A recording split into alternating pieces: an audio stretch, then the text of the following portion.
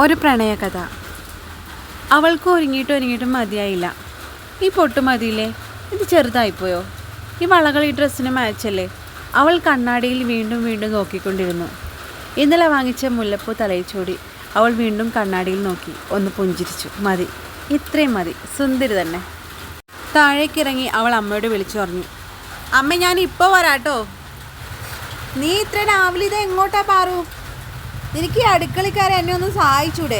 നാളെ മറ്റൊരു വീട്ടിലേക്ക് കയറി ചെല്ലേണ്ട പെണ്ണാ, ഒരു പണിയെടുക്കൂല, ഇങ്ങനൊരു മടിച്ച് പെണ്ണ്. ശാരദാമ്മയുടെ പതിവ് പല്ലവിക്ക് ചെവി കൊടുക്കാതെ ഒരു മൂളിപ്പാട്ടും പാടിക്കൊണ്ട് അവൾ പുറത്തേക്കിറങ്ങി. വീടിൻ്റെ മുന്നിൽ വലിയ വയലാണ്. അത് കടന്നു വേണം കൃഷ്ണൻ്റെ അമ്പലത്തിലേക്ക് എത്താൻ. അവളുടെ വേഗത്തിനൊപ്പം ആ പാദസരത്തിൻ്റെ കിലുക്കം താളം പിടിച്ചോടിരുന്നു. കുപ്പിവളണിഞ്ഞ അവളുടെ കൈകൾ ഓരോ നെല്ലോലകളെയും തഴുകിക്കൊണ്ടിരുന്നു. അവൾ നേരെ അമ്പലത്തിലേക്ക് കയറി. കൃഷ്ണവിഗ്രഹത്തിന് മുന്നിൽ നിന്ന് അവൾ പ്രാർത്ഥിച്ചു, എൻ്റെ കൃഷ്ണ, എൻ്റെ കിച്ചേട്ടനെ കാത്തോളണേ. കിച്ചേട്ടൻ, അതാണ് അവളുടെ ലോകം. കിച്ചേട്ടനെ കാണാൻ അവളുടെ മനസ്സ് തിടുക്കപ്പെട്ടു.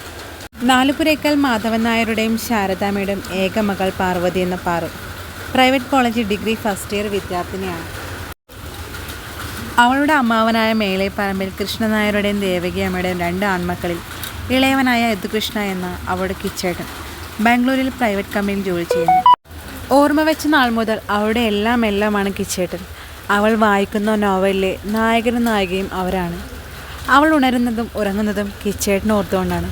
അവളുടെ കിച്ചേട്ടൻ, അവളുടെ മാത്രം കിച്ചേട്ടൻ. പാറു ജനലിലൂടെ പുറത്തേക്ക് നോക്കിയിരിക്കുകയായിരുന്നു. പെട്ടെന്നാണ് കിച്ചേട്ടൻ്റെ കൈകൾ അവളുടെ അരക്കെട്ടിൽ ചുറ്റിയത്. ഞെട്ടലോടെ അവൾ കുതിരെ മാറാൻ ശ്രമിച്ചു. പക്ഷെ അപ്പോഴേക്കും അവൻ അവളെ തൻ്റെ മാറോട് ചേർത്ത് പിടിച്ചിരുന്നു. കിച്ചേട്ട വീട്, ആരെങ്കിലും കാണും, അമ്മായി അപ്പുറത്തുണ്ട്. ഷേ, ഒന്നും മിണ്ടാതിരു വേണേ, ആരും വിടില്ല, നീ നടങ്ങ്. അവൻ അവളുടെ മുഖത്തേക്ക് നോക്കി പുഞ്ചിരിച്ചു.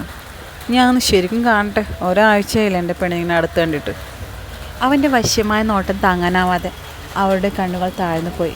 കിച്ചേട്ടൻ്റെ നോട്ടം അവളുടെ മുഖത്ത് തങ്ങി. പിന്നെ ഒരു കുസൃതി ചിരിയോടെ അവൻ്റെ കണ്ണുകൾ അവളുടെ വിറയാർന്ന ചുണ്ടിലേക്ക് നീങ്ങി. അവൻ എന്തെങ്കിലും പറയുന്നതിന് മുന്നേ അവൻ അവളുടെ ചുണ്ടിൽ മൃദുവായി ചുംബിച്ചു.